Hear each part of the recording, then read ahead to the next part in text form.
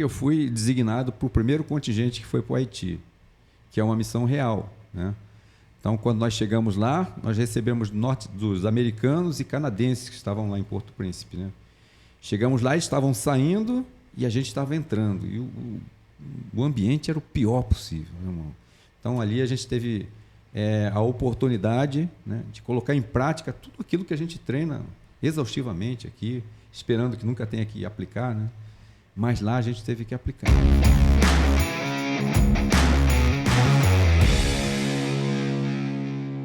Fala galera, tudo bem com vocês? Estamos aqui em mais um episódio do 01Cast, o podcast oficial do C01. E hoje, no episódio de hoje, a gente tem duas presenças ilustres aqui, Comandante Nascimento, Comandante Lapor. E eu vou começar aqui perguntando, Comandante Lapor, quem é o senhor em 30 segundos? Em 30 segundos.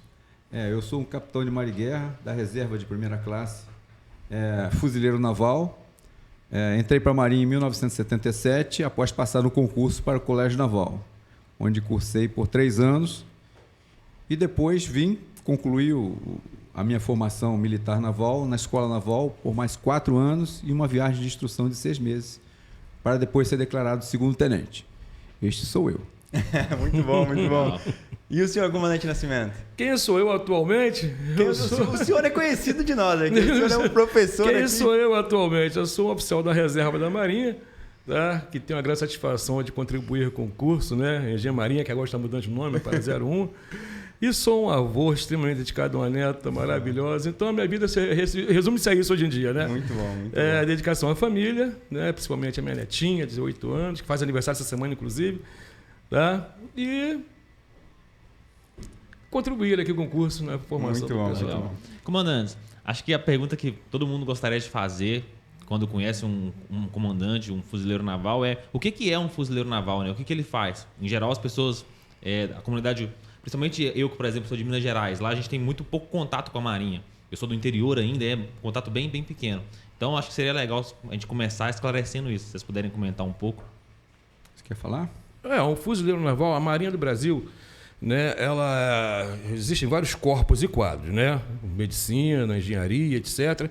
A escola naval, ela forma 3 corpos. Ela forma o corpo da Armada, o corpo de fuzileiros navais e o corpo de intendentes. Basicamente, o pessoal da Armada é o pessoal que serve em navio, né? Que mobilia os navios, né?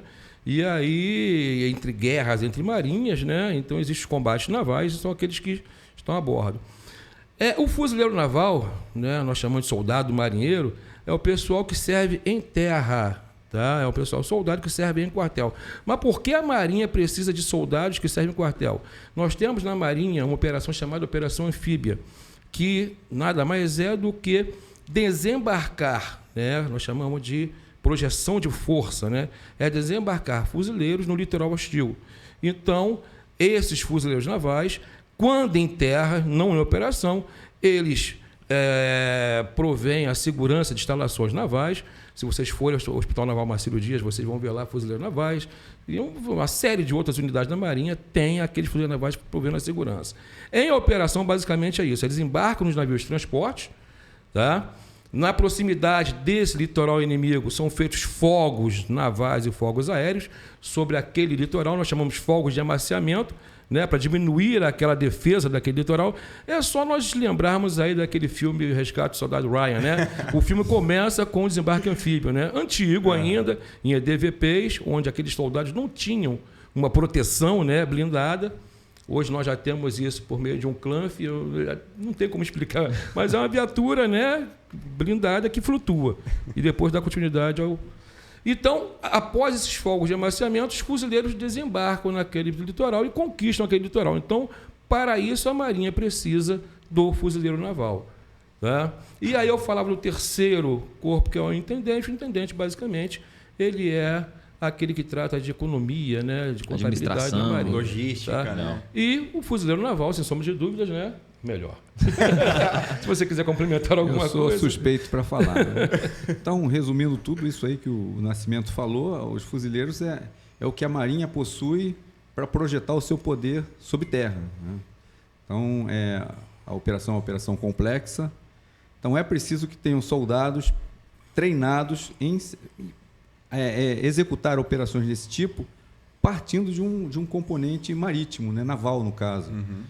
Coisa que as tropas do Exército não têm esse treinamento. Então, para isso, os fuzileiros navais existem. Eles se diferem das tropas do Exército justamente porque eles têm essa expertise de ser lançados de navios, submarinos, etc. e tal, para a terra, onde eles executam suas operações. De maneira análoga, comandante, dá para chamar que os fuzileiros são o exército da Marinha, assim, o pessoal que anda... Sim, a doutrina é praticamente igual, é semelhante. Nas operações terrestres, então, depois que desembarcamos, tem as operações de ataque, né, de conquista de objetivos, de defesa, que a doutrina é muito semelhante do Exército. Tá? Então, quando operando em terra, a doutrina é muito semelhante. Anda camuflado, né? A diferença é essa, que o Exército ele atua nas fronteiras, ele conquista um outro território pela fronteira. A Marinha, para conquistar um território que está distante, né, o Exército não tem essa expertise, como foi falado pelo apóstolo. É necessário o fuzileiro naval que tem esse conhecimento de como desembarcar, né, no território, no litoral inimigo. Mas no dia a dia, assim, porque em situação de guerra deu para entender. O pessoal, os fuzileiros navais, eles são aqueles que saem do navio e embarcam, e chegam em terra, né? Para conquistar o território pelo litoral. Mas no dia a dia, quando a gente não está em tempos de guerras, como que é o dia a dia de um fuzileiro naval? Serve em OM de terra, não é? Bom, ninguém executa uma operação anfíbia sem estar devidamente preparado e treinado. Não existe como, é uma operação muito complexa. Então, os fuzileiros eles seguem, ao longo de todo o ano, um período de adestramento, que vai desde a parte mais simples até a parte mais complexa, até aos efetivos maiores, né? Então, ao longo do ano, os fuzileiros se adestram, eles treinam, né, nas suas respectivas unidades. Em paralelo a isso, executa outra parte das tarefas, né, que cabe aos fuzileiros na Marinha, que é a segurança de instalações navais, proteção de embaixadas no exterior, representações, todo tipo de atividade ligadas à parte de segurança, que não seja de navios, né, em terra. Então, mas o dia a dia mesmo dos fuzileiros é se preparar para o combate. A gente tem que estar sempre preparado. Nosso lema é ad sumus, quer dizer, aqui estamos, do latim. Então, nós precisamos estar preparados quando a Marinha precisar da gente. Então, Perfeito. Complementando o que foi dito pelo comandante Lapor, também temos as operações de garantia da lei e da ordem. Então, nós temos aquelas operações de segurança nas eleições, nós temos operações, não sei se vocês veem aí, quando faz greve a polícia, então é chamado o fuzileiro, o exército, para poder atuar nessas situações. Então, além dessas seguranças de instalações navais, portuárias, etc., nós temos também constantemente essas operações de garantia da lei e da ordem que as Forças Armadas são solicitadas a participar. Teve alguma dessas operações que algum dos senhores participou? Muitas? Aquela operação Rio 92, aquilo foi uma garantia da lei? Foi, né? Antes disso, quando eu me casei em 85, 86. Na época era muito comum greve dos portuários. Então, quando acontecia a greve dos portuários, a primeira coisa que a Marinha fazia era guarnecer os portos para permitir que quem quisesse continuar trabalhando pudesse continuar. E logo que eu casei, eu saí de 8 dias de licença núpcias, que é padrão na Marinha. Quando eu voltei, tocou exatamente eu fiquei 32 dias sem voltar em casa. Cara. Guarnecendo o porto aqui do Rio de Janeiro, dormindo num container. E naquela época não tinha celular. Então, consegui lá um orelhão, liguei para casa, liguei para minha esposa e falei, olha só, acompanha aí pela televisão, assim que eu puder eu volto a fazer contato, mas eu estou indo aí para algum lugar que eu não sei onde é. Eu não sabia nem onde era. Mas é muito bacana. Aí fiquei um mês ali. Teve colegas nossos que foram mandados para o Porto de Santos, outros... Vitória, também teve gente que foi para Vitória. E é isso, a gente tem que estar preparado, porque as coisas, para a gente, acontecem assim de uma hora para outra. E tem que estar pronto, né? Tem que estar pronto. Tem que estar sempre pronto e preparado. Exatamente. Essa questão do celular é interessante, né? As nossas esposas eram muito mais preparadas naquela época que não tínhamos o celular. Hoje em dia, se você atrasa meia hora, ela vai e liga. Então, antigamente ela sabia que existia essa possibilidade de você ir para o quartel e só voltar 90 dias depois, 30 dias, 40 dias depois. Já estava psicologicamente pronta. Já estava pronta. Hoje, então, mudou, né? Amoleceu as esposas a questão do celular. A minha mulher conseguiu uma foto minha que saiu no jornal. Teve os repórteres aqui no Porto do Rio, tiraram uma foto, eu apareci, ela conseguiu recortar a foto. E comandante? Vou pedir para o comandante Lapor agora. Pois não. Comandante, eu sei, né, como o comandante Nascimento comentou, que existe um lado do core da Marinha, o núcleo mesmo, que é a parte operativa, que é o Corpo da Armada. Sim. Então, o que diferencia do fuzileiro naval para o Corpo da Armada é que o Corpo da Armada embarca em navio, serve em navio. Essa é basicamente a diferença? Não, o setor operativo da Marinha é o Corpo da Armada, tem no Corpo da Armada e no Corpo de Fuzileiros Navais. O Corpo de Fuzileiros Navais é eminentemente operativo. Então, o que difere é que as operações navais são aquelas que envolvem apenas meios navais, né? Possível entreveros entre marinhas de guerra, etc.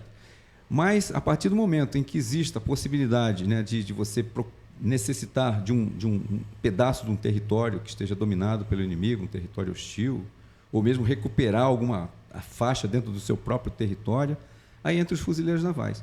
Então, a Marinha, o Corpo da Armada, ela perderia mais de 70% de sua capacidade, né, de operação se não existissem os fuzileiros navais. E os fuzileiros navais, por sua vez, não teriam razão de existir, se não houvesse a Marinha. Então, eles estão intimamente ligados, não tem como separar. Acaba que eu acho que os fuzileiros navais que eu conheço fazem missões, embarcado no navio, fica 2 meses, às vezes, também, para fazer uma missão em algum local. Os senhores tiveram a experiência de ficar muito tempo embarcado no navio também? Eu tive. Qual foi o período mais longo, assim? E como que foi, Olha só, cara, mas existem missões e missões, né? Eu tive a oportunidade de servir como instrutor no navio Escola Brasil, que é o navio que faz a viagem de instrução dos guardas marinhas que se formam na Escola Naval. Eu fiquei 6 meses embarcado ali como instrutor. Então, eu convivi estreitamente ali com o pessoal do Corpo da Armada. Eu era o único fuzileiro embarcado no navio Escola Brasil, o único instrutor. Na época, eu era capitão de corveta. E aprendi muito da cultura, porque as culturas são diferentes, né? A cultura do fuzileiro naval é diferente da cultura do oficial do Corpo da Armada. E, por mais de uma oportunidade também, eu servi em unidades do Corpo da Armada, como em comandos de distritos navais, que é o almirante da Armada que comanda, e eu servi ali também. Então, ao longo da carreira, você vai cada vez mais estreitando, né, esses laços e as culturas vão se fundindo. Então, eu não tenho dificuldade nenhuma em trabalhar com o Corpo da Armada. Nunca tive. Legal. Se o senhor puder comentar, assim, o senhor comentou que as culturas são muito diferentes, né, entre os fuzileiros e o Corpo da Armada. O que muda, assim? Se puder comentar, né? Os fuzileiros, eles precisam nascer entusiasmados. Tem que gostar. Tem que ser entusiasmado. Por que tem que ser entusiasmado? Porque senão ele não sobrevive. Porque nosso treinamento, nosso dia a dia, implica em privações, né, de comida, de água, às vezes de sono. E você tem que estar muito bem motivado, né, consciente de que aquilo que você está fazendo ali é para um bem maior. Então, o fuzileiro está sempre elétrico, está sempre motivado. O pessoal do Corpo da Armada, não que eles não sejam motivados, nem estejam contentes com o que estão fazendo, mas eles trabalham numa rotação menor um pouquinho, né? Então essa é a diferença. Normalmente, quando você vê um oficial fuzileiro, ele está sempre energizado, está sempre elétrico. Elétrico, 220. O do Corpo da Armada está mais tranquilo. Mas, com relação a diferenças de cultura, o nosso rigor, por exemplo, com algumas coisas da disciplina, os fuzileiros são mais rigorosos nesse ponto. Não que o Corpo da Armada não o faça, mas a gente é mais explícito, né? As vozes de comando são mais imperativas, coisas desse tipo. E você vai, aos poucos, né, se adaptando no local onde você está. Eu, por exemplo, quando cheguei num determinado distrito naval onde eu fui servir, ainda com espírito de batalhão de infantaria, eu fui chamado a atenção. O imediato me chamou, falou: Laporte, menos, aqui você não está. Na hora da educação física, por exemplo, eu exagerei um pouquinho. Naquela época eu era fortinho, agora eu estou sendo. Mas aí a gente tem que se adaptar. Mas nada que a gente não. O imediato é o segundo em comando, né? É o segundo em comando, exatamente. Mas o próprio uniforme também do dia a dia é diferente, né? Quando você é um fuzileiro e vai servir num OM da Armada, você perde a sua identidade, né? Por exemplo, eu deixei de ser Lapor quando servi nos distritos navais, eu virei o naval. Qualquer coisa chama o naval. Então, é normal isso. Ou a gente fica de uniforme diferente, mídio, todo mundo. Sim. E, comandante Nascimento, o pessoal do Corpo da Armada usa uniforme cinza, né? Uniforme de dia a dia, né? O 6.6.4. E o pessoal fuzileiro naval? Bem, isso vai depender, né?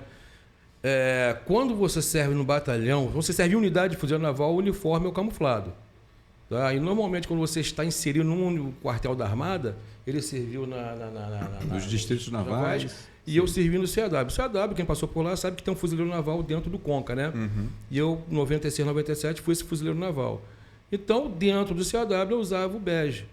Né? Depois, até um período depois, eu pedi para começar a usar o camuflado, mas normalmente é isso. Você usa o bege nas unidades da Armada e o camuflado na unidade de fuzileiro naval. Tá? Eu tive essa satisfação de servir no CAW lá durante 2 anos. Muito bom. Antes de voltar agora. Mas, comandante, o pessoal também dos outros corpos e quadros, tipo, também quando servem em OMs de fuzileiro, também usam camuflado, né? Então, isso é um orgulho, né? Do pessoal, que é o médico, é o intendente, é o psicólogo, é o engenheiro. Quem serve na unidade de fuzileiro naval vai usar o camuflado. Vai usar coturno. Vai usar coturno. E isso aí faz o pessoal vibrar junto com a gente lá. É muito bom isso aí. Legal. E como que é, vocês puderem comentar, né? Os dois senhores entraram pelo Colégio Naval. Colégio Naval. Fizeram depois Escola Naval, né? Isso. Que é o ensino superior. Os senhores podem comentar um pouco como que é a carreira do oficial fuzileiro? Os passos da carreira, no caso, né? Entraram na escola. Quando você se forma na Escola Naval, acabou todo o ciclo escolar de formação é igual para todo mundo, né? Depois da viagem de instrução, quando você é declarado segundo tenente, a partir daí você é apresentado a sua primeira OM de fuzileiros navais. Desculpa interromper o senhor, comandante, mas o colégio naval é o nível médio, né? É o nível médio, ensino médio, aí ensino Escola médio. Naval é nível superior. E superior. Aí você é apresentado na sua primeira para a sua primeira comissão. Normalmente o fuzileiro vai para um batalhão de infantaria. Nós temos 3 batalhões de infantaria, todos os 3 lá na Ilha do Governador, né? E lá, a primeira função dele vai ser comandante de pelotão de fuzileiros. Ele vai receber aproximadamente 45 militares, entre sargentos, cabos e soldados, que ele vai ser o responsável, ele vai comandar. Então, a partir dali, ele vai tirar um período como comandante de pelotão, 1 ano ou mais, e depois vão surgir as oportunidades para ele ir para OMs especializados. Artilharia, carro de combate, outras OMs especializadas, engenharia. E ele, se ele for para lá, aí ele vai se formar naquela especialidade. Agora, todo fuzileiro naval sai da Escola Naval como infantaria. Eu sou infante até hoje. O Nascimento, numa época da vida dele, você migrou para artilharia. Artilharia de melhores. Exatamente. Questão de ponto de vista. Não, só complementando quando a Lapor falou, é porque o Colégio Naval, o nível médio, você não opta por nada, você é aluno lá. Quando você vai para a Escola Naval, na nossa época, optava por ser fuzileiro armado intendente ao final do primeiro ano.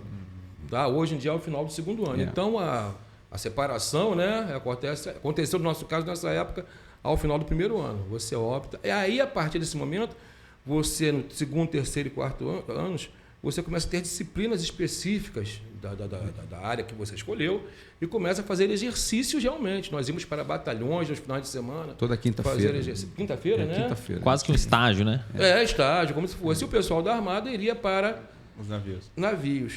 Mas interessante é uma coisa, né, que eu trouxe para a minha instrutoria. Você, na Escola Naval, tem a parte acadêmica, muita física, matemática, psicologia, etc. E você faz esses exercícios todos, mas quando eu cheguei como segundo tenente de batalhão, que falaram para o pelotão, 45 homens, olha, esse aqui é o segundo tenente de Nascimento, ele é o comandante de vocês. O pelotão está contigo, Nascimento. Dá uma sensação de desproteção. Eu falei, gente, eu nunca me prepararam para esse momento. O que eu falo para esse pessoal? Então eu tenho agora não, já saí do CAW, passei 10 anos lá, mas quando eu estava lá eu tinha preocupação muito grande para preparar o pessoal para esse momento. Eu dava dicas, né? Olha só, vai acontecer fase isso. Da perplexidade. Pode ser rápido, mas pode durar muito. Se acontecer isso, faz isso. Se acontecer isso, faz aquilo. Então, realmente, é um momento muito difícil, né? Olha, esse pelotão está contigo. Olha... Legal. Os senhores podem comentar um pouco sobre como que foi a entrada na Escola Naval? Porque o Colégio Naval, acho que todo mundo tem um pouco mais ou menos de ideia, né? Porque o ensino médio é mais próximo da realidade dos civis. Mas a escola naval não, é o ensino superior voltado para a Marinha. Então, se vocês puderem comentar um pouco sobre como que foi lá, primeiro ano, que matérias, quais tipos de disciplinas que vocês estudavam, como que foi decidir entre fuzileiro, corpo da armada ou intendente? Bom, aí eu vou precisar abrir um pouquinho o meu coração aqui, né?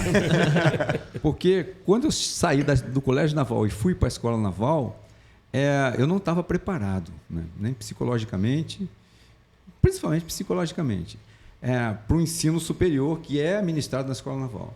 Então, tive tanta dificuldade que não consegui passar o primeiro ano. Repeti o ano, por isso que eu estou falando que eu estou abrindo o coração. Repeti o primeiro ano. Aí tudo ficou mais difícil para mim, né? Porque você pode repetir no máximo uma vez. Na próxima você é eliminado. Então eu já fui com a obrigação de não repetir mais, né? Até o final do curso. E a ideia de ser fuzileiro naval, ela já vinha desde o colégio naval, que a gente ia, bem ou mal, a gente ia vendo as atividades dos fuzileiros e a gente ia criando gosto pelaquilo. Então eu já fui com essa intenção para a escola. Só que as vagas para fuzileiros, por exemplo, na escola, de uma turma de 200, são 20 vagas. Então, nem todo mundo consegue. Eu tive sorte que, mesmo tendo sido reprovado no primeiro ano, quando eu fui fazer a minha opção, eu consegui, peguei a última vaga. Fui o 20º classificado. Para mim foi praticamente ali, a minha carreira começou ali, né? Então, é isso. A gente chega no colégio, na escola naval, e sente um choque, eu pelo menos senti, né? Com aquelas físicas e matemáticas, e sem tempo para fazer as coisas, aquela correria e com tarefas paralelas para fazer, e você não tinha ninguém para te orientar, você tinha que correr atrás das coisas para você mesmo, típico de uma escola a nível superior. E eu só fui conseguir me encontrar depois de um ano ali na escola. Não sei se com você foi diferente. Não, perguntou a opção, como é que eu fiz a opção. Como que foi a escolha? Porque o primeiro ano, aparentemente, é matemática, física, você vai estudando matérias mais gerais, gerais das pessoas mesmo, né? Matérias que são úteis em quase qualquer campo. Mas aí, logo após você escolher a sua área, você começa a ter aula específica, né? Por exemplo, um fuzileiro ele deve ter disciplinas muito diferentes de um antes das escolhas, a gente é bombardeado com informações. Então, tem palestrantes que vão dos fuzileiros, corpo da armada, sempre tentando conquistar corações e mentes, até a hora da escolha, né? Então, quando no caso o aspirante, né? Quando o aspirante ele vai fazer a opção dele, normalmente ele já está com uma ideia formada do que ele quer fazer, né? Dificilmente ele se engana. Eu já era fuzileiro. A minha opção se deu já com 11 anos. Eu fui convidado por um amigo, né, a uma festa no batalhão Paysandu, né? Naquela época existia, hoje em dia as questões, a situação financeira já está diferente, né? Mas naquela época tinha festas de final do ano, com entrega de cestas e coisa parecida. E o pai de um amigo, né, levando esse amigo, me chamou, fui junto. Então fiquei encantado com aquele negócio ali do batalhão Paysandu. E aí eu falei, quero ser fuzileiro naval, né, pela festa. Então, fiz o colégio naval já com essa opção. Você falou que realmente, né, é uma tensão muito grande, porque são poucas vagas. Os mais antigos, até hoje, os melhores classificados escolhem ser fuzileiros navais. Né? Então, você fica com uma pulga atrás da orelha. Mas, se os melhores estão indo, eu também deve ser bom, né? Vai sobrar para mim, mas eu fui bem, era meio de turma, então eu consegui a minha vaga. Tá? Mas a realidade é essa. Então, no primeiro ano, você tem as matérias que são comuns, e a partir do segundo ano, nós temos na Escola Naval departamentos, departamento da Armada, departamento de fuzileiro, departamento de intendente, compostos de oficiais dos referidos corpos, com a intenção, com a função de ministrar aulas, né, e também exercer influência sobre o primeiro ano, para poder absorver o capital humano ali. Capital humano. Então, ao final do primeiro ano, você faz viagens de navio, e nessas viagens de navio você faz opção. E a Escola Naval tem 3 navios muito pequenos, chamados avisos. Né? Aviso de instruções. Aviso de instrução. E aí eu me lembro indo para Santos, né? O aviso parecia uma casca de ovo no mar, né? Todo mundo passando mal. Ao final das opções, ninguém foi armada. Eu já tinha convicção de ser fuzileiro, mas aqueles que queriam ser armados, ninguém foi armado. Aí o comandante rasgou as opções de todo mundo, falou, faz de novo. Novamente, ninguém foi armado. Então, quem viajou em avião, dificilmente, né, optou por ser armado. Aquilo ali foi a divisor de águas ali naquela situação. Tá? Mas é o que eu estou dizendo, né? Eu não sei como é que seria viver flutuando no navio passando mal, porque eu passo mal. E tem gente da Armada que fala, eu não sei como seria a minha vida tendo que fazer exercícios físicos, fazer operações. Então é de cada um. Acho que esse episódio de podcast vai servir para converter todo mundo pro corpo de fuzileiro. Acho que é, né? Não é a intenção. Mas e comandante Labora? O comandante Nascimento ele já pincelou aqui que motivou ele foi uma festa. E o senhor, o que motivou a entrar na Marinha lá no início? Na Marinha isso aí é fácil de responder, né? Eu sempre sofri influência. O meu pai era de Marinha. Ele era praça, né? Ele era um suboficial, mas do Corpo da Armada. Foi para a reserva como suboficial do Corpo da Armada. E desde pequeno eu convivia, ia nessas festas aí de final de ano, né? E quando chegou na minha fase escolar, eu procurei. Ele foi transferido aqui para o Rio de Janeiro, né? Então aqui eu tomei conhecimento do que era o Colégio Naval, estava naquela fase de saber o que eu vou fazer da minha vida e direcionei. Falei, vou prestar concurso para a Escola Naval. Fiz cursinho também, como todo mundo faz. No primeiro ano eu não consegui, no segundo eu consegui, passei para o Colégio Naval. O pai do senhor não tentou te conquistar para o Corpo da Armada? Não. Meu pai, em momento nenhum, ele procurou interferir. Ele estava muito feliz pelo simples fato de eu ter entrado para o Colégio Naval. E ali também era muito cedo, né, naquela época, para você definir o que é que você queria. Né? Eu tive que passar os 3 anos de colégio, mais um de escola, para realmente saber o que eu queria. Mas ele nunca interferiu, não. Foi influência mesmo, um exemplo, né, de ver o meu pai, o trabalho que ele fazia, as viagens, aquilo tudo chamou minha atenção para a Marinha. Aí depois... Mas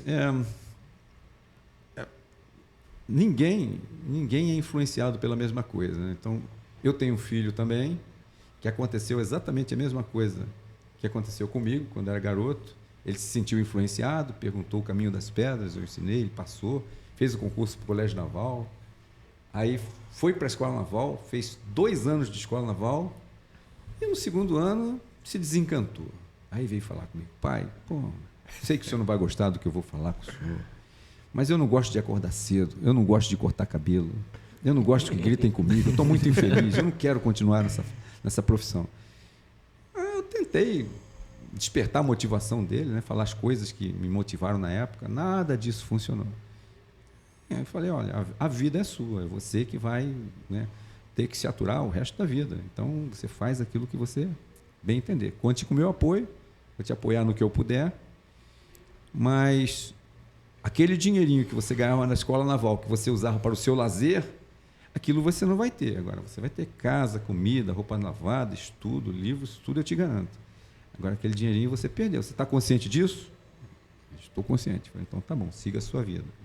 Tá ótimo. E deu tudo certo. Deu tudo certo. Que bom que deu tudo certo, né? Cara, existem vários caminhos que levam ao Ele sucesso, prestou né? um outro concurso público, exatamente. Tá É melhor do que ficar de uma ali outra de forma... Não ser um bom oficial, ser um oficial assim. Infeliz, né? infeliz. Exatamente. Que bom que descobriu cedo. Depois tem gente que chega depois, né? Não Que dá demora mais anos. para voltar Eu, atrás. se tivesse né? que começar, faria tudo de novo. Eu falo isso sempre para ele, faço para os meus alunos também, que a Marinha ela não é só o salário que a gente ganha, tem muito salário indireto, né? A satisfação pelo dever cumprido, pelo ambiente de trabalho, tem muita coisa indireta que você ganha, né? Oportunidades. Né?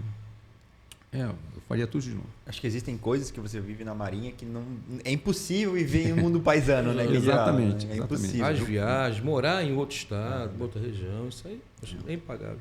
É impagável. E senhor comandante Nascimento, foi só a festa no batalhão do Paysandu ou teve alguém por fora também ali influenciando para entrar na Marinha? Não. Inclusive aconteceu uma coisa interessante comigo.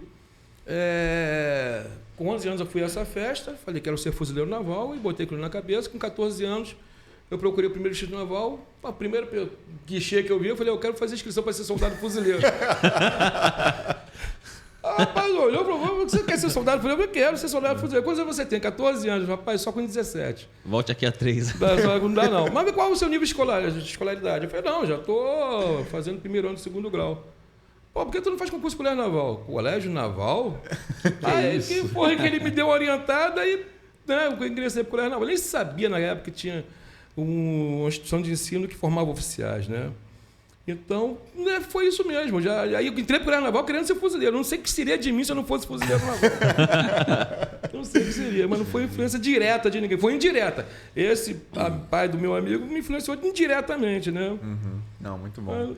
Eu acho que tem uma pergunta também, que a gente fala muito da entrada de fuzileiros via colégio naval e via escola, mas tem também uma porta de entrada para o fuzileiro via soldado, concurso via soldado fuzileiro. Você sabe dizer como é que é, o comandante Nascimento? Sim. Você tem que possuir o nível de escolaridade de 2º grau. Você faz o concurso, aprovado nas várias etapas, né? Uhum. Qual concurso é? Soldado fuzileiro. Soldado fuzileiro naval. Uhum. Tá? Você tem que ter o 2º grau. Corrija se estiver errado, mas é 2º grau mesmo, né? É isso. 2º grau. Você tem que ter o 2º grau, você faz o concurso, tem a parte intelectual, parte física, saúde, etc. Passando em tudo, você vai cursar ali em Campo Grande, no Centro de Instrução Almirante Mercedes Portela, durante 4 meses. Tá? É o curso de formação de soldados ali.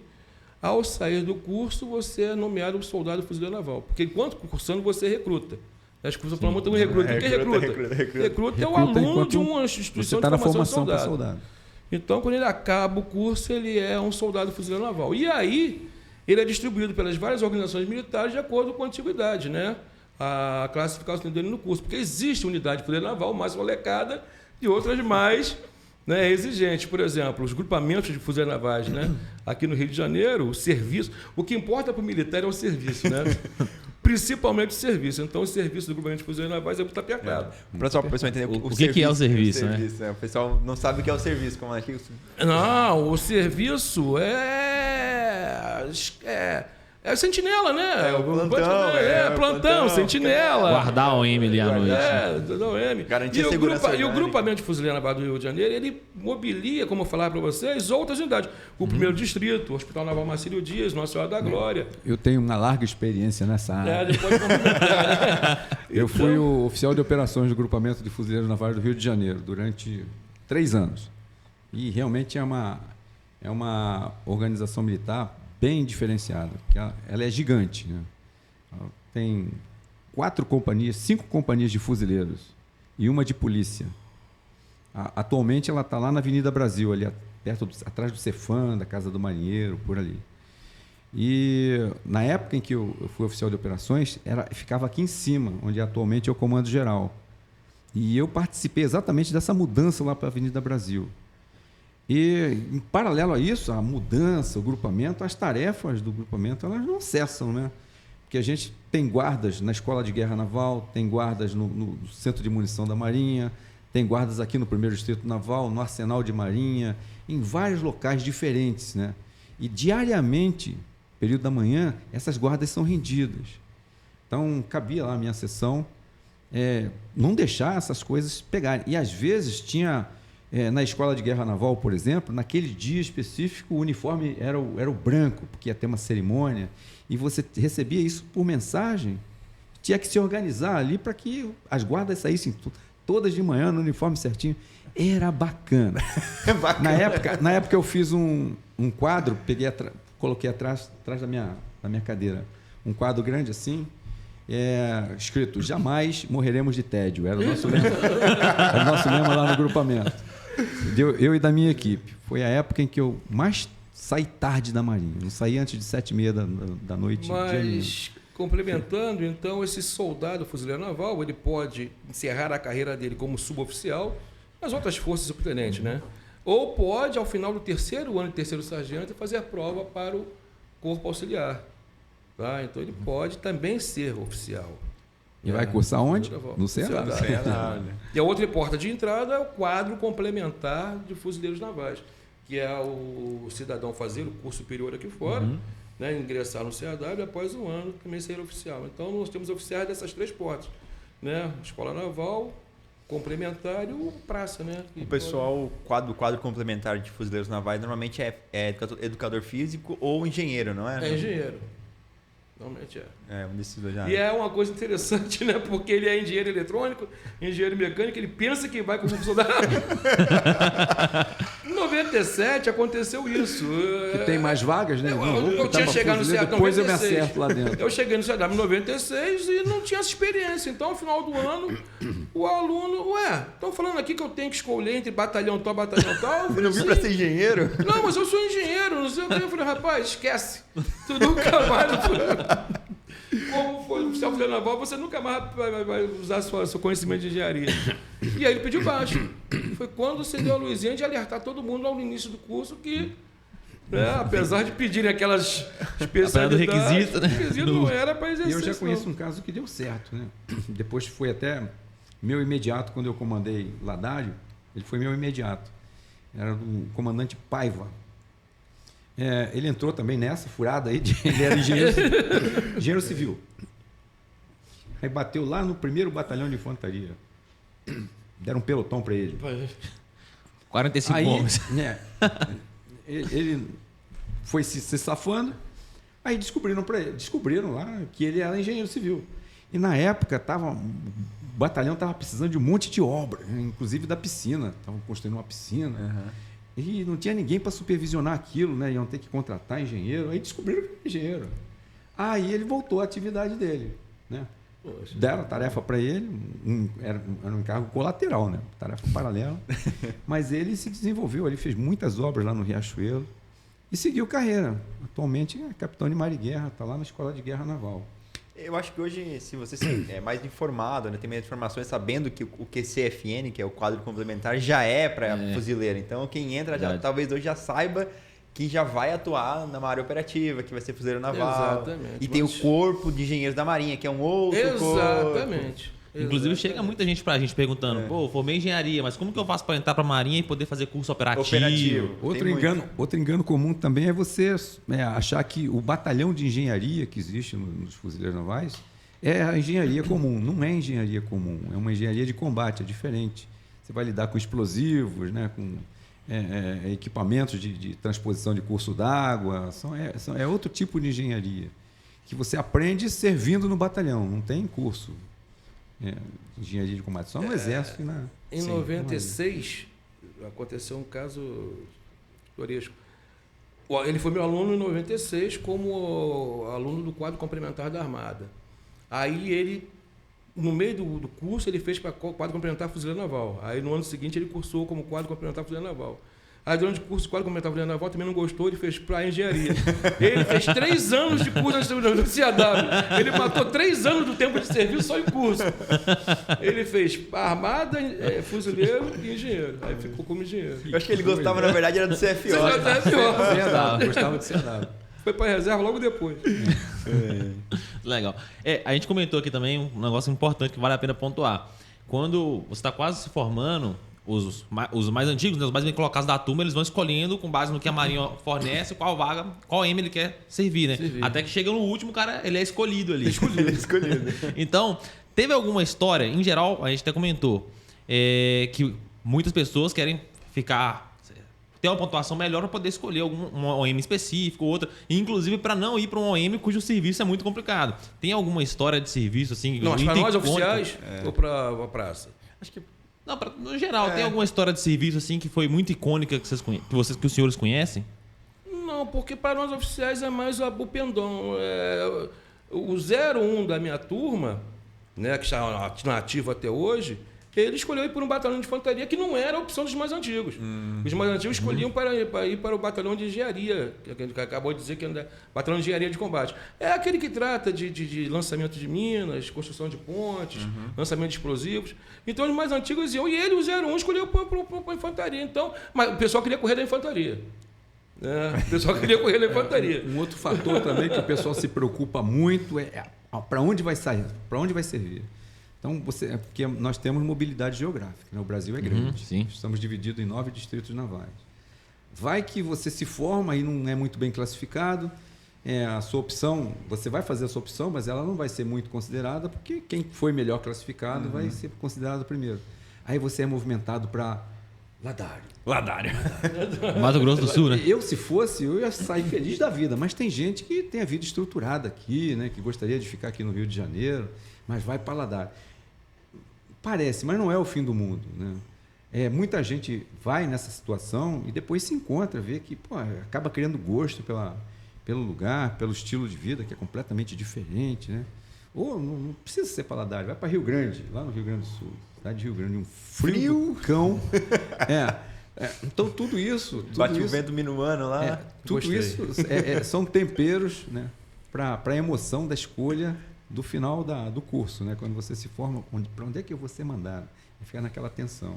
E pontuando isso já, comandante, quando você se forma, você vai para vai ter que assumir ali um pelotão, vai ter que assumir 50 pessoas ali com 22, 23 anos, 24. Sim, tem sargento ali com idade para ser seu pai. E aí, como é que é a situação? Tu tá na frente ali, com 24 anos, você tem que comandar um pelotão. Deu um susto, né? Aí é o departamento do comandante Nascimento, parte de liderança, né? Relações humanas e liderança. Porque você chega ali, que quando a gente estuda, a gente ministra lá para os nossos alunos, nesse primeiro contato, né, você não é líder, você ali está fazendo valer a sua platina, você é um chefe. Né? Você vai dar ordens, os subordinados vão atender, em consequência da sua platina, como a gente chama. Mas depois de algum tempo, aí você vai começando a trabalhar o relacionamento interpessoal, você vai conhecendo as pessoas, vai vendo que tem gente ali.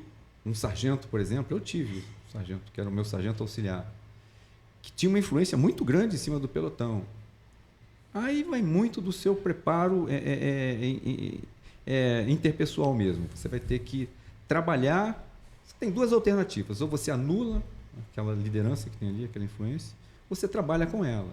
Né? Eu acho que é mais inteligente você procurar trabalhar com ela.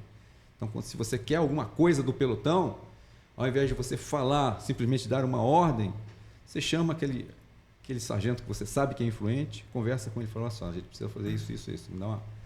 Dá um apoio aí que eu vou passar isso aí para a tropa. Tá. Entende a importância? Sim, senhor. Chama aquele cara para você, né?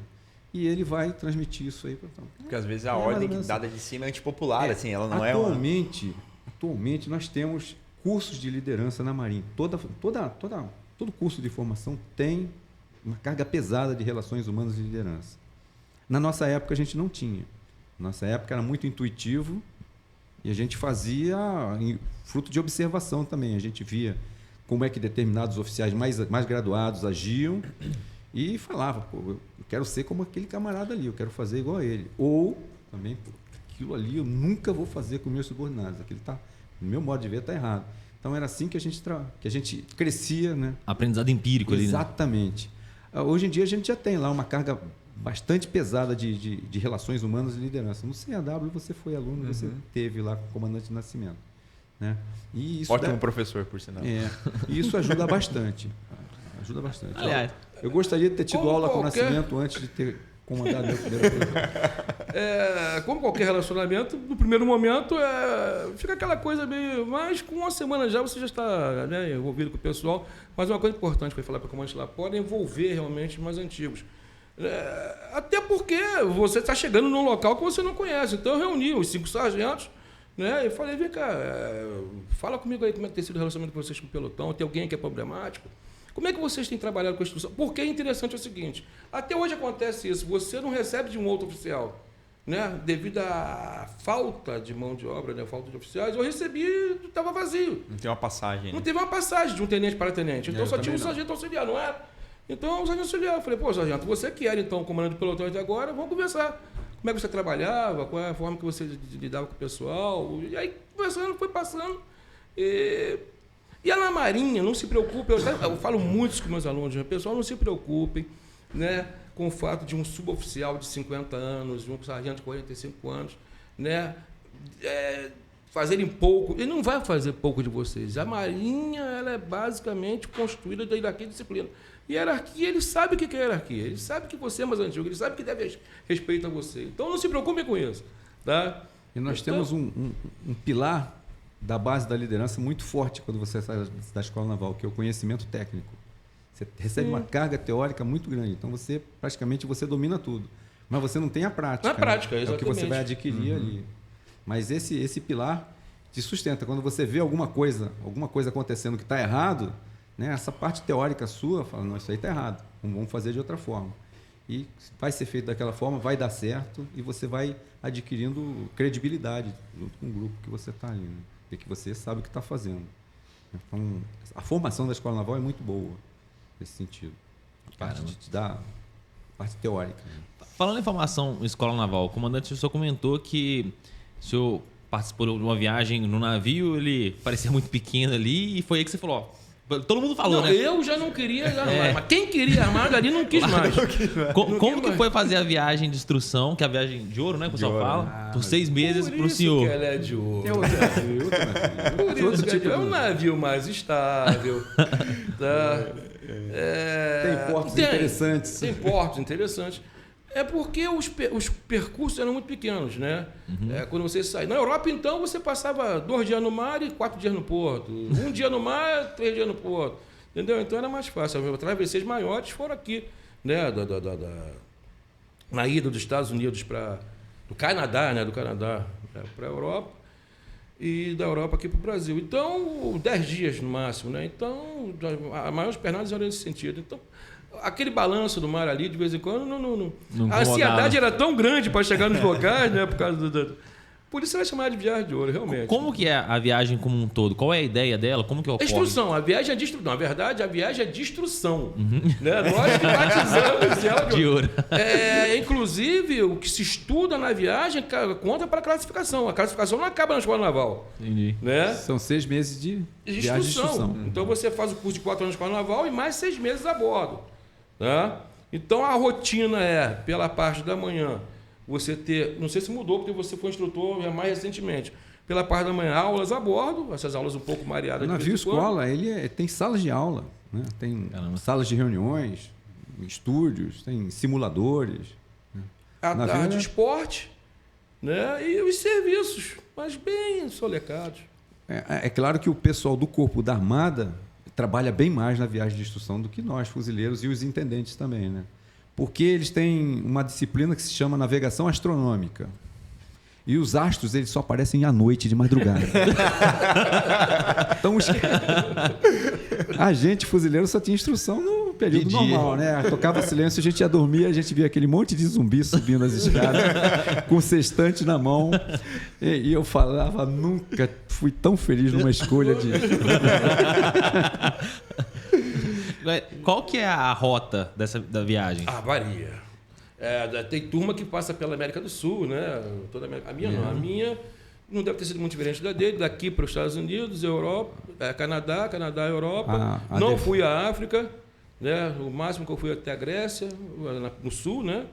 E em cima eu fui até a Noruega. A definição desse roteiro, ele é multiministerial. Não tem Ministério das Relações Exteriores, Ministério da Economia, todos esses dão opinião, porque existem países que existe interesse desses ministérios que a gente visita. Diplomático. Né? Interesses diplomáticos. De estreitar relações, né? E depois de ser fechado, né, o Ministério da Marinha, o Comando da Marinha, evidentemente, o Ministério da Defesa, que vai definir no final. Né? Então, mas todos esses outros ministérios piram, será que não dá para ir a Helsinki? Porque em Helsinki nós temos isso acontecendo, precisa montar uma amostra qualquer. E o navio é um excelente cartão de visita. Não sei se vocês já visitaram, né? Se nunca visitaram o Navio Escola Brasil, quando ele estiver em exposição aqui no Rio, sugiro que visitem, que vocês vão ficar impressionados. Ele é um casco de uma fragata, como se fosse a fragata Niterói, construído aqui no Brasil, mas por dentro é todo voltado para a instrução. Sala de aula e tem uma área enorme em que a gente monta exposições sobre coisas do Brasil, né? Então a gente leva às vezes produtos nacionais que os produtores querem que sejam expostos em determinados portos, né? A gente monta aquela exposição lá durante as visitações públicas. Então é um grande cartão de visitas o navio, né? Além de cumprir a função dele de navio de instrução. Muito bom, muito bom. E agora eu queria saber, que eu acho que assim, a gente falou um pouco sobre como entra, como é que estuda, o primeiro passo pós curso de formação, mas e qual foi a missão mais marcante para os senhores? Pode começar com o senhor, Lapode, comandante. A missão que o senhor fez na Marinha ali mais marcante no meio da carreira ali? Eu não tenho dúvidas quanto a isso. Eu fui designado para o primeiro contingente que foi para o Haiti, que é uma missão real, né? Então, quando nós chegamos lá, nós recebemos dos americanos e canadenses que estavam lá em Porto Príncipe, né? Chegamos lá, eles estavam saindo e a gente estava entrando. E o ambiente era o pior possível, meu irmão. Então, ali a gente teve a oportunidade, né, de colocar em prática tudo aquilo que a gente treina exaustivamente aqui, esperando que nunca tenha que aplicar, né? Mas lá a gente teve que aplicar. Né? O país estava devastado. Devastado. Em que ano era? E qual que era a situação Foi em do país na época? 2004. Eu acho que o pessoal não lembra, né? Quem tá vendo pode não... Foi em 2004. Houve uma convulsão social. O então presidente saiu às pressas, fugiu, né? E os americanos e os canadenses, para que não houvesse uma guerra civil e uma mortandade, né, indiscriminada, eles assumiram como tropa, assumiram, e depois a ONU, né, foi substituir. A ONU depois foi substituir. Nós entramos nessa etapa. Quando os americanos já tinham segurado a onda ali no começo, aí nós entramos para estabilizar, para fazer o país procurar voltar à normalidade. Estabelecer a ordem. Estabelecer a ordem. Tinham várias forças antagônicas se degladiando dentro do país, eram gangues que dominavam determinadas áreas. O antigo presidente tinha acabado com as Forças Armadas. Só que ele acabou com as Forças Armadas, mas só que os militares foram embora dos quartéis levando as suas armas, né? E se gruparam em várias partes da região e cobravam pedágio naquela área para tentar se manter. Estava uma confusão. E para isso voltar ao normal levou quanto tempo? A missão foi de 2004 a mais de 14 anos. Né? Quase mais de 3 anos atrás. Um pouquinho antes da pandemia. Porque no fim das contas tiver que reestruturar o país, né? Quando tudo estava parecendo que ia ficar bem, veio um terremoto. Foi em 2010, né? 2011, um terremoto terrível, cara, que jogou tudo que tinha sido feito por água abaixo. Realmente é um país muito sofrido, né? Então, essa missão, para mim, foi a missão mais marcante. Eu não fui junto com a Marinha. Essa é um outro lado também da vida militar. Às vezes, você não trabalha só com a sua força.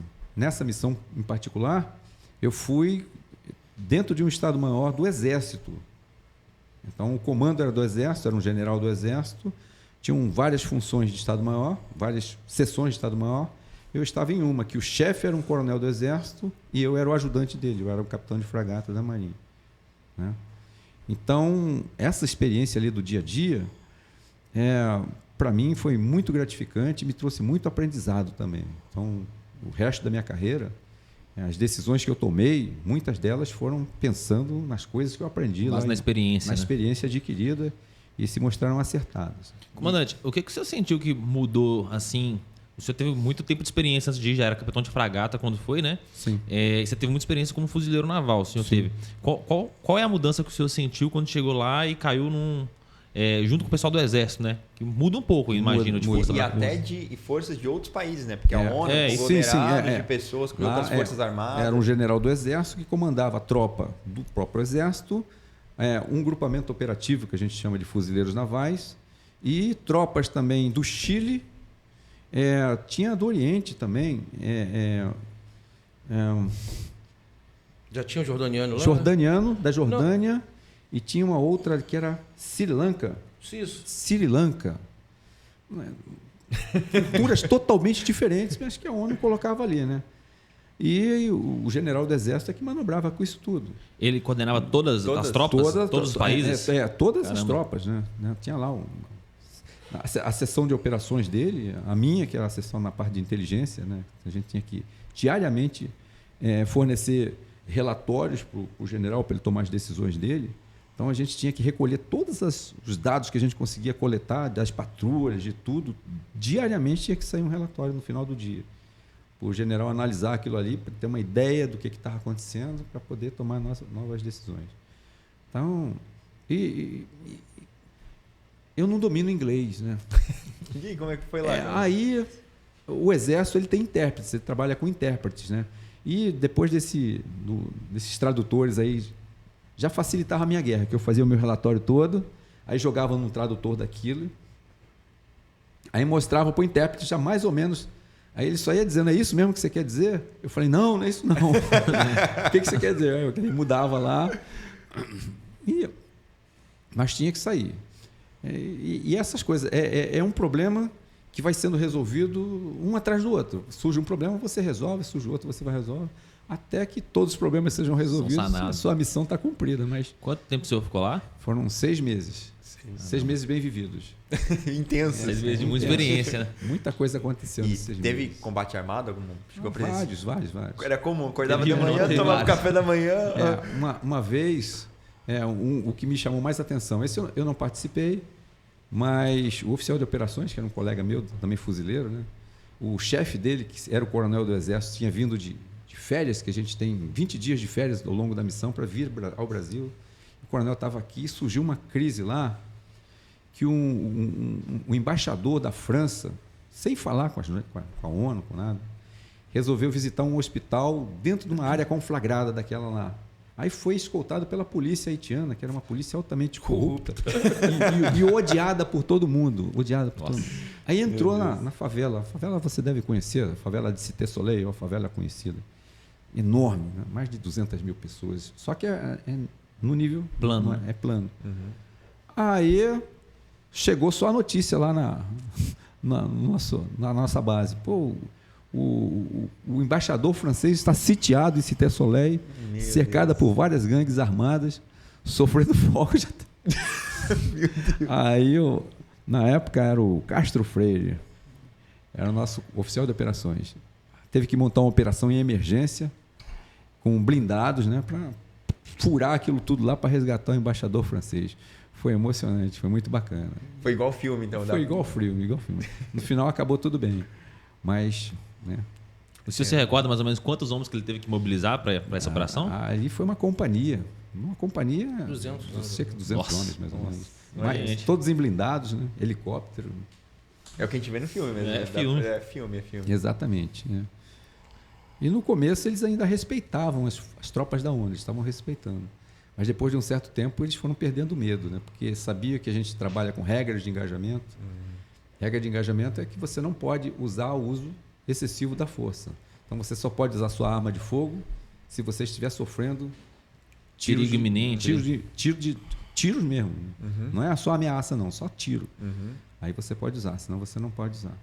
E eles, sabendo disso, se aproveitavam, né? Jogavam pedras, né? Outro tipo de... Mas isso é uma regra da nossa Força Armada da ONU, né? Da ONU. São as regras de engajamento que a ONU apresenta para a gente. Caramba. E a gente tem que cumprir. E o senhor, comandante? Não, eu... Nascimento também foi. Semelhança. Os contingentes eram substituídos de 6 em 6 meses. O Laporte foi no primeiro, eu fui no quarto. Então eu fui no segundo semestre ali de 2005. E na carreira, né, na nossa vida de marinha, é o que mais se aproxima de um combate real, realmente, né? Onde você escuta os unidos ali do... Via, graças a Deus, não vi ninguém morrendo no meu contingente, mas vi jordaniano morrer, eu vi de outros países morrerem, porque realmente as operações eram, né, contra facções criminosas inimigas lá, então existia esse risco. Então, realmente, pela característica da operação e pelo que nós vivenciamos lá, porque era muito sofrimento daquele povo, era muito sofrimento. Entendeu? Então, é uma coisa interessante. Por mais que você estivesse afastado da família durante 6 meses, por mais que as condições de conforto não fossem as melhores, na hora que você é substituído, você fala, gente, eu queria continuar mais um pouco aqui. Então, se você teve esse sentimento, né? Você falou, eu queria ter continuado mais um pouco aqui, porque realmente... Contribuir mais, né? Precisava a muito situação das pessoas que estavam vivendo. Então, lá. nós trabalhávamos com a questão de distribuição de água para o pessoal, né? Apoio de saúde, né? Com médicos, distribuição de remédios. E para todos esses eventos era necessário segurança, né? Sim. Porque o haitiano tinha uma coisa interessante, era parecer que ele gostava de uma repressão maior. Né? Por exemplo, água, você está distribuindo água. Então você falava, olha, vamos fazer uma fila aqui. Aí o pessoal começava um atacar o outro, não sei o quê. Enquanto você não fosse mais duro com ele, ele não organizava aquilo ali. Parecia que ele queria realmente uma ação mais contundente contra ele. Mas era isso. Então nós ajudávamos muito aquelas pessoas ali. Era muito interessante, era muito bom. Então, apesar do trabalho, o trabalho era muito grande, eu era oficial de logística, né? Então tudo que se referia a combustível, viaturas, armamento, munição, tudo, né? Era comigo, mas era muito trabalho, mas era muito compensador. Quando muda o contingente que você falou, né? É um contingente. A cada 6 meses, muda também o general que vai comandar? Não, ou não o que mantém? acontece é o seguinte, tá? Na época que eu fui, eram 14 países. E aí é preciso um general comandando esses 14 países. Durante todo o período que tivemos tropas no Haiti, o Force Commander, ou seja, o comandante geral das tropas, era um brasileiro. Poderia ser escolhido entre qualquer um desses países, mas acordos aí, políticos, foi um brasileiro. Tá? Aí, dentro desses 14, cada país tinha um contingente, um efetivo.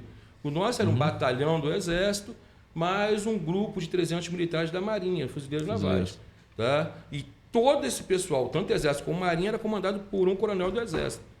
Tá? Então, era distinto. Tinha o Force Commander, que era um general de divisão, que era comandante de todos os países, e ele manobrava no sentido de que, você, Jordânia, sai daí do norte, vai para o sul, Brasil, sai daqui, vai ocupar. Ele manobrava com os países.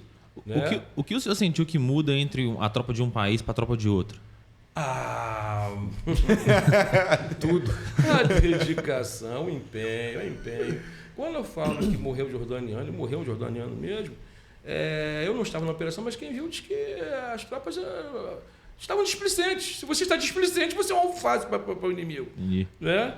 Então a questão maior era essa aí, levar a sério aquele tipo de operação. O adestramento, o treinamento, que eu falo para vocês, né, que a gente é fuzileiro aqui, o que a gente faz o dia inteiro? A gente treina.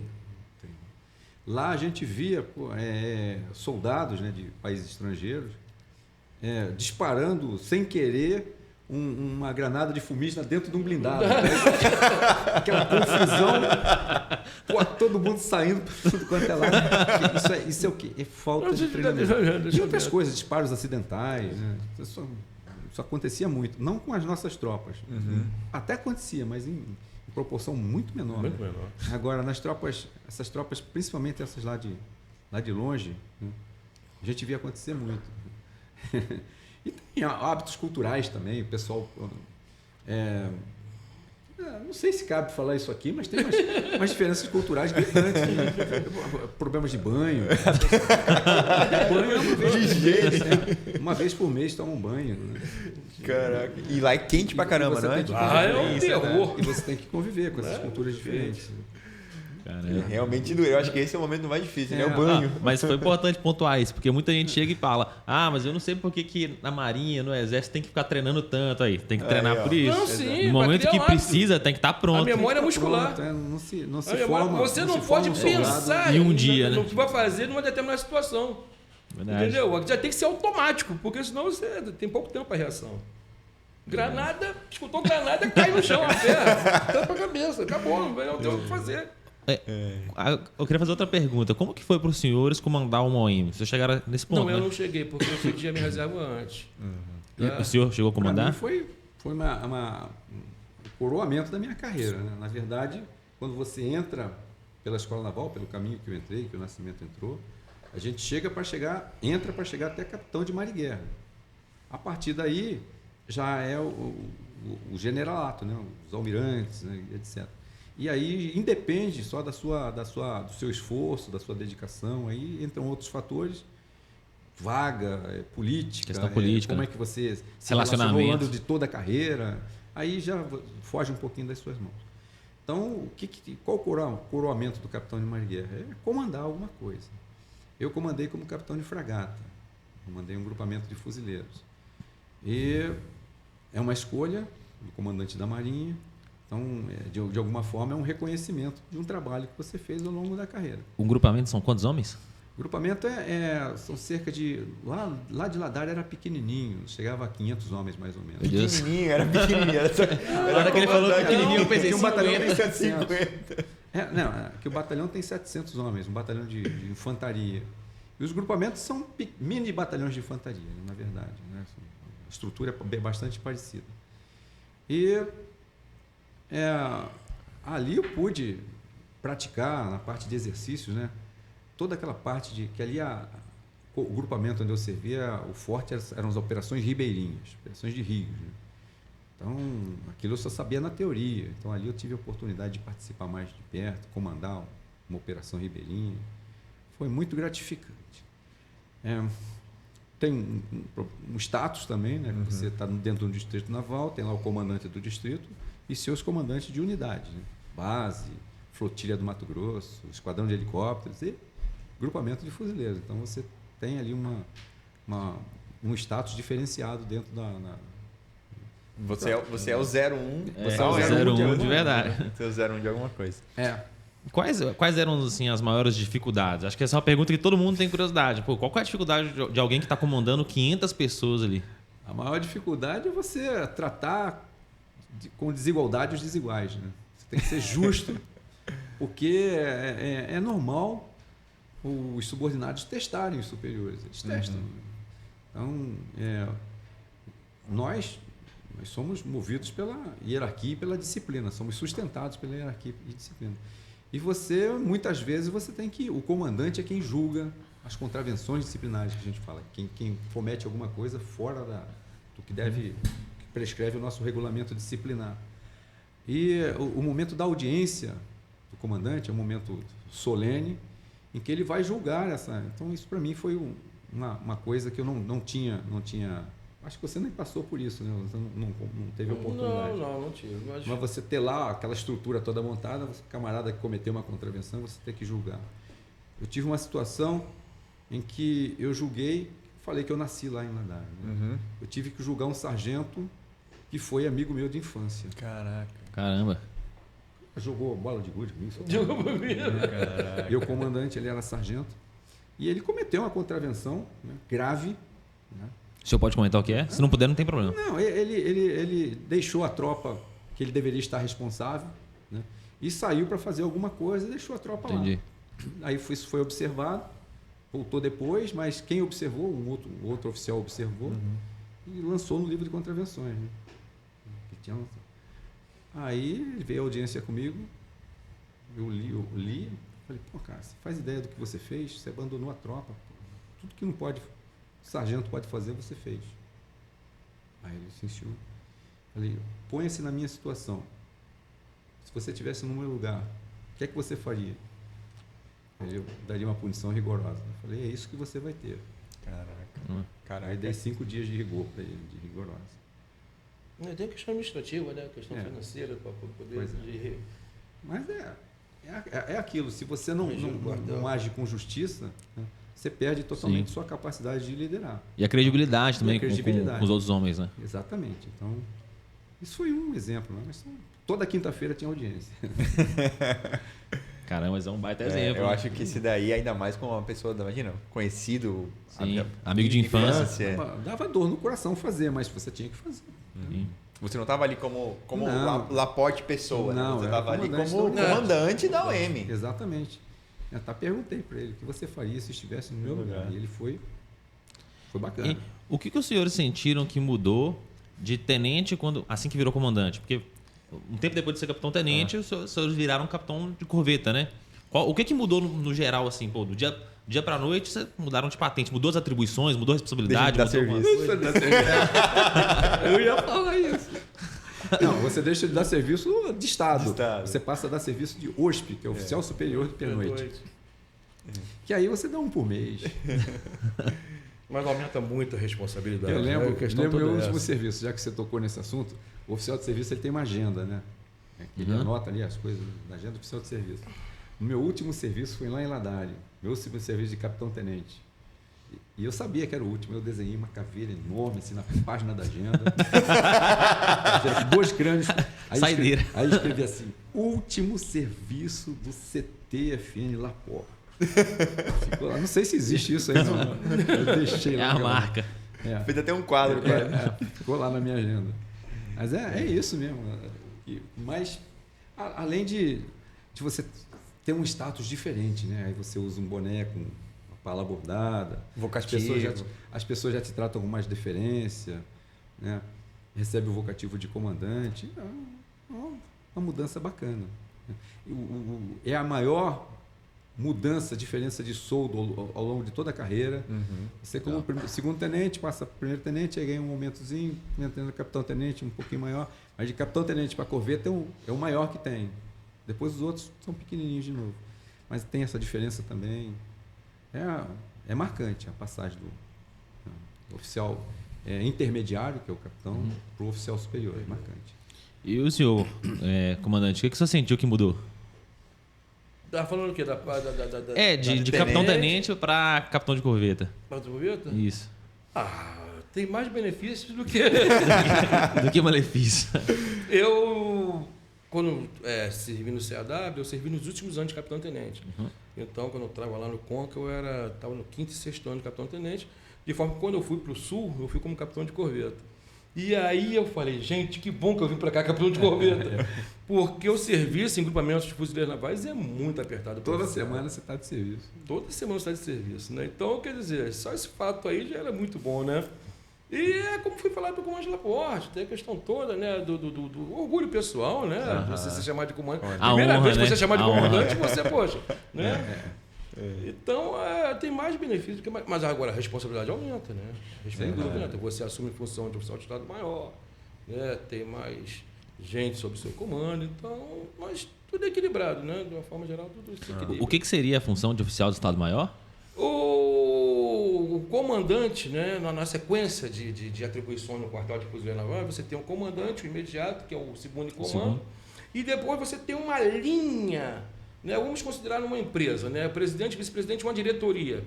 Tá? Esse Estado Maior seria uma diretoria. Entendi. Então, são oficiais encarregados de setores do quartel. Setor de pessoal, que seria recursos humanos aqui fora, né, setor de logística, setor de operações. Então, tem os setores, tem a intendência, né, que é a parte administrativa. Então, é uma linha, né, no organograma com cada um encarregado. Então, E assessora o comandante também nas tomadas de decisão dele. Ele quer tomar uma decisão que tem alguma coisa na área de operações, ele vai chamar o pessoal de operações dele para opinar, para dar... Você dá tipo um Exatamente. conselheiro É um ali staff. ajudando. exatamente. Se você é oficial de logística, você vai É um staff. decisões com relação à logística.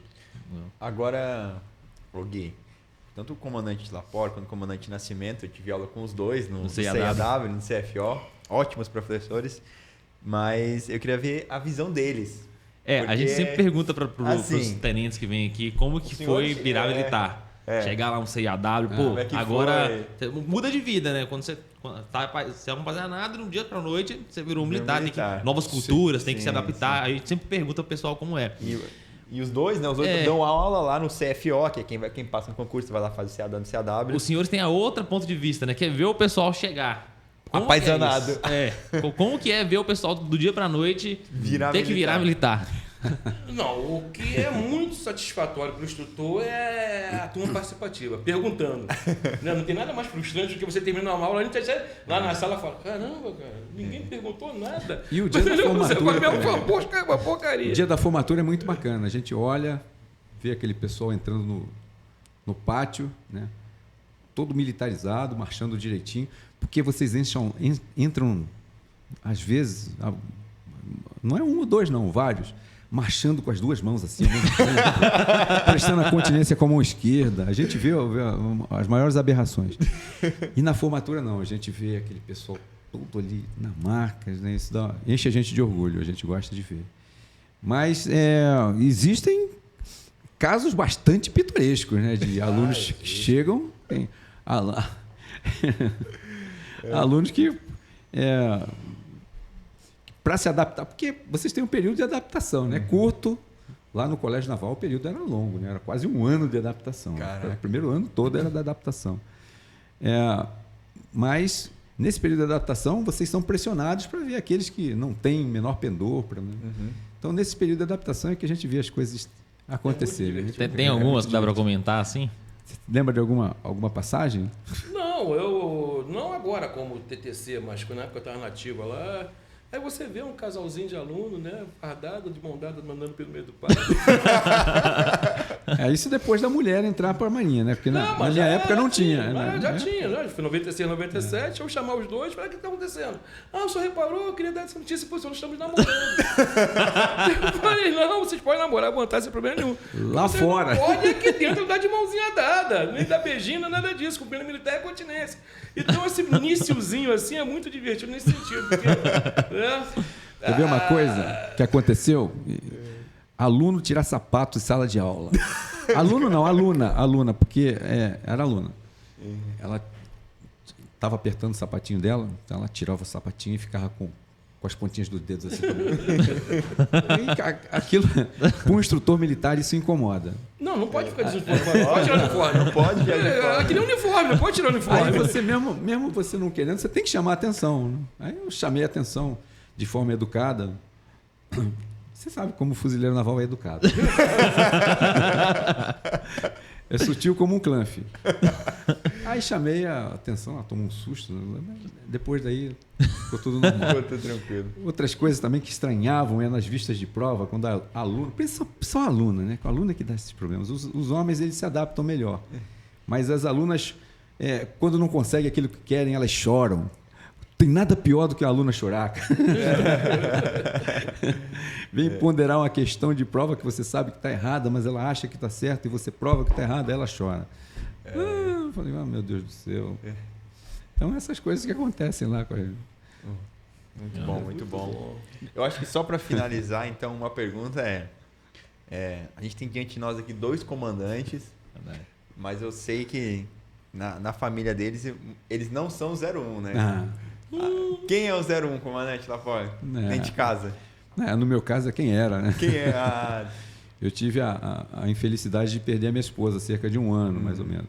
Mas não tenho dúvida que quem mandava lá era ela. Ela que influenciava todo mundo. Mas atualmente sou eu. Mesmo porque eu estou morando sozinho. Isso aí não tenham dúvidas. A mulher sempre tem um posto a mais que o marido. Verdade. Não importa. Tanto é que quando nós temos amigos promovidos ao almirante, né, que temos faz um coquetel, né, para poder. Aí ele estava com o distintivo de contra-almirante, a mulher dele está na roupa dela, o distintivo de vice-almirante. Isso aí não tem jeito. Elas mandam mesmo. Então existe até uma frase padrão. Você pensa que eu sou o seu soldado? Assim comigo. Eu já ouvi isso também. Não, então já... Você pensa que está no seu quartel? Eu sou o seu soldado. Elas mandam muito. Muito bom. Comandantes, foi um prazer. Assim, agradeço, né? Agradeço muito por aceitarem o convite. Acho que todo mundo que vai ver esse podcast vai gostar muito. Eu tive muitas dúvidas sanadas, coisas que eu sempre quis perguntar para um comandante e nunca tive oportunidade. Então, para o pessoal que está aí em casa, né? A gente vai finalizando aqui o nosso podcast. Sigam a gente aqui no YouTube, no Spotify.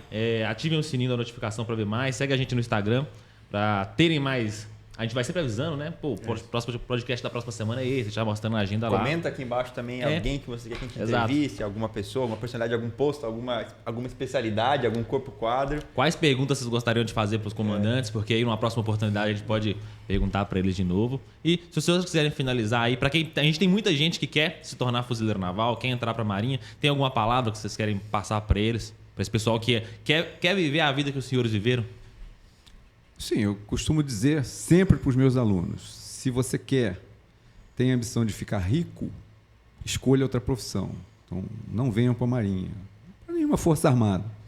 O que a gente ganha aqui é o suficiente para ter uma vida digna, para constituir uma família, e o que a gente ganha demais são os salários indiretos, né? A satisfação do dever cumprido, você ir trabalhar com entusiasmo, você ter aquela sensação de que está contribuindo para alguma coisa, ajudando o país nos momentos difíceis. Então, é isso que a gente ganha de salário indireto, né? Para o nosso sustento do dia a dia, é mais do que suficiente. Então, as minhas últimas palavras aqui, né, nesse podcast é que se eu tivesse, por exemplo, que iniciar a minha carreira hoje, estivesse na fase de escolha do que eu vou fazer para a minha vida, eu faria tudo exatamente como eu fiz. Então, é isso que eu gostaria de dizer. Bem, eu não colocaria a questão como apenas ser fuzileiro naval, como militar de uma forma geral. A vida militar, era lógico, meu filho, eu coloquei ele em curso preparatório para o Colégio Naval, ele saiu no meio do curso, botei curso preparatório para a Escola Naval, curso preparatório para a IMITA, e todos os cursos preparatórios, quando chegar perto do concurso, rapaz, não é isso que eu quero não. Então não tem jeito, né? Mas, para quem tem um mínimo de pendor, né, para Forças Armadas, eu diria que é extremamente gratificante, né? Esse sacrifício que nós empenhamos nas nossas atividades do dia a dia, ele dá um retorno muito bom mesmo. E eu tenho hoje memórias muito maravilhosas da Marinha, do que nós passamos na época da ativa, e recomendo isso, para quem tem um mínimo de pendor, que se dedique aí a essa atividade. Abraço para todos. Legal demais. Que Isso aí, honra. galera. Obrigado, Muito obrigado, obrigado. comandante do Nascimento, Nós é que comandante Lapó. agradecemos. Foi muito bom. Valeu, pessoal. Fica assim então. Abraço.